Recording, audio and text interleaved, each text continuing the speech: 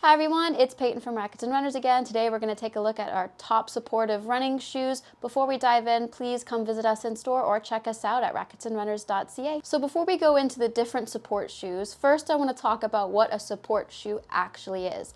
I have a lot of customers come to the store and ask for a supportive shoe. When I talk to them a little bit more, it can generally be several different things that they're asking for, and sometimes I can tell people don't quite know what they're looking for. So first and foremost, when we say support shoe in the running world, a support shoe is a running shoe that has arch support in it. A lot of times I'll hear customers use the word supportive as a way to say that they want good shoes or that they want more cushioned shoes or fresh shoes.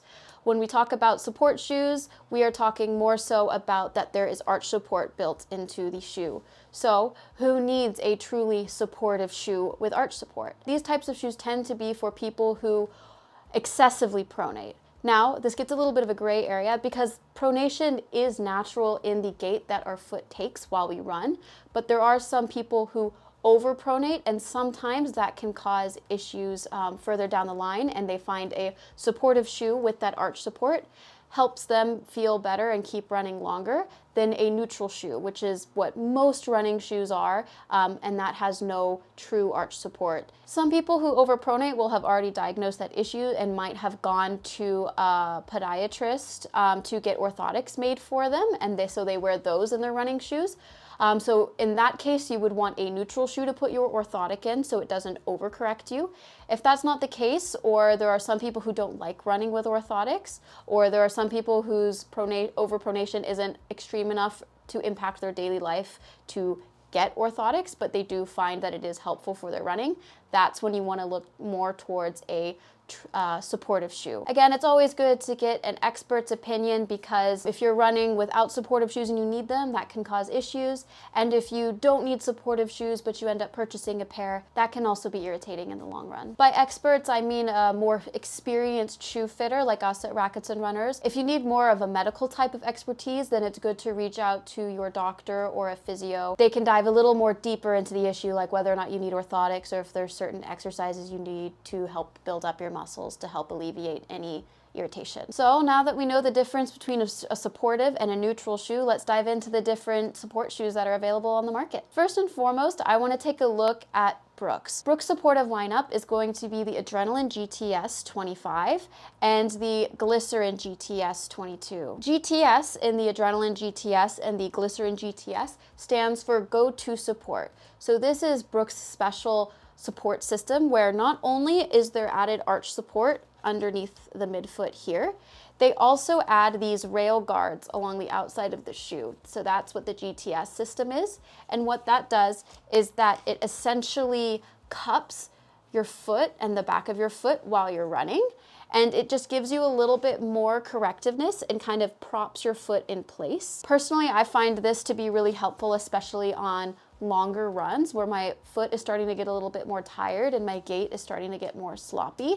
It just kind of helps prop you in place so your foot's not going all over the place while you're also getting that arch support to help keep you from pronating. So the differences between the Adrenaline GTS and the Glycerin GTS has mostly to do with the amount of cushioning. The Adrenaline GTS is what I would call more of like your standard running shoe that just also happens to have arch support. It's great for walking, it's great for running. You can train for long distances with it and it's gonna do great. Where the Glycerin differs is that this is a more premiumly cushioned running shoe. So this has a higher stack height than the Adrenaline. And Brooks has done something really nice with the Glycerin GTS. They use their DNA Loft formula, and what they do is similar to their non-GTS Glycerin and one of their big Maximalist shoes called the Glycerin Max. They put bigger cushioning cells in the back of the shoe and smaller, more compact and more dense cushioning in the front of the shoe. And what that does is when you land, it gives you a nice soft landing, but when you toe off, because it's more dense in the front of the shoe, it's more responsive. So this is a good blend of the protection to be more comfortable running longer distances, like half or full marathon distances, but also this allows you to actually help keep up the pace, which is a bit different than most premiumly cushioned running shoes. So now we're going to get into what I would consider to be more of a traditional style supportive running shoe. That's going to be your New Balance 860 That's going to be your Mizuno Wave Inspire, and as well as your Asics GT2000. These three are all very similar in the fact that they all have your standard arch support in the midsole of the shoe, but unlike the Brooks, they don't have that heel cup in the back, that go-to support system. This isn't a bad thing. It doesn't mean that the Brooks are better than these shoes. It just means that these ones feel a little bit differently, and some people don't like having that heel cup. So how these three shoes compare to each other is that I would say that the 860 has the softest foam.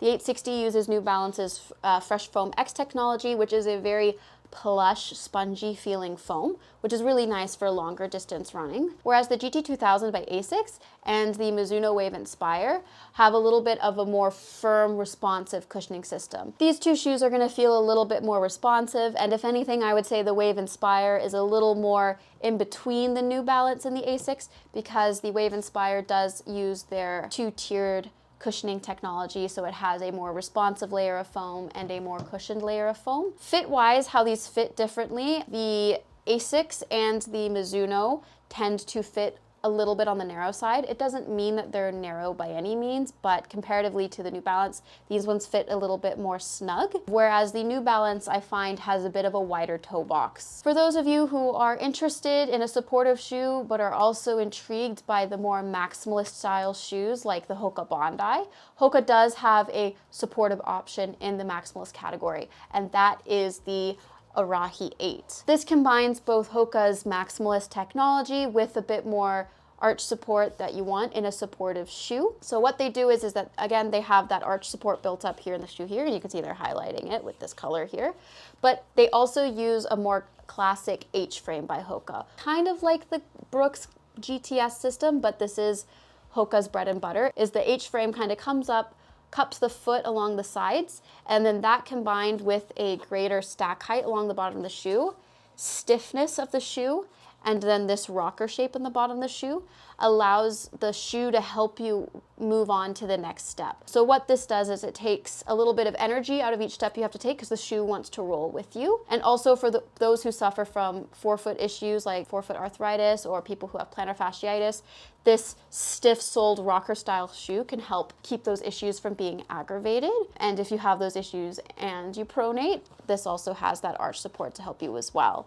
So this is going to be a great everyday and walking shoe, and it's also going to be a phenomenal running shoe if you need supportive shoes, but you're also wanting to try a more maximalist style shoe. And last but not least, our highest cushioned and supportive shoe is going to be the Asics Gel Kayano. This is one of the only truly highly or premiumly cushioned shoe that is a support shoe. All the shoes I've mentioned previously are going to be phenomenal as everyday walking or long distance running shoes, but if you need support and you're wanting to truly get into a lot of high volume training with long distance runs, this is going to be a shoe that you want to add to your rotation. Because it has a greater stack height in the bottom of the shoe, this is going to be more protective for those medium to high distances. The Kayanos are just going to have that extra cushioning to give you even more relief in your high volume, high distance training. So these were all of our options that we have at Rackets and Runners for supportive running shoes. If you are a pretty intense trainer or you've tried some of these and they're just not working for you,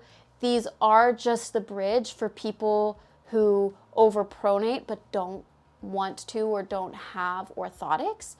If you are a little bit more technical in your training and you want more variety in shoes that you can try, which is the neutral running shoes, then that's when you want to start considering an off-the-shelf insert or getting a prescribed orthotic from a foot doctor. Again, we understand that not everybody wants to go through all of that trouble or feels the need to get them, so that is why we do have these supportive options as a great solution to those problems. Another note is if you do have your own inserts or you have orthotics, you don't want to put those in your supportive running shoes unless advised by your health professional, because having your orthotic on top of support can overcorrect and cause other issues. So if you do have an orthotic or your own inserts, you would want to put those in neutral running shoes. We understand it can be a bit tricky and overwhelming trying to figure out what shoe works for you, whether you pronate or whether you don't pronate. So again, we totally recommend you come visit us in store so we can help you with an expert shoe fitting,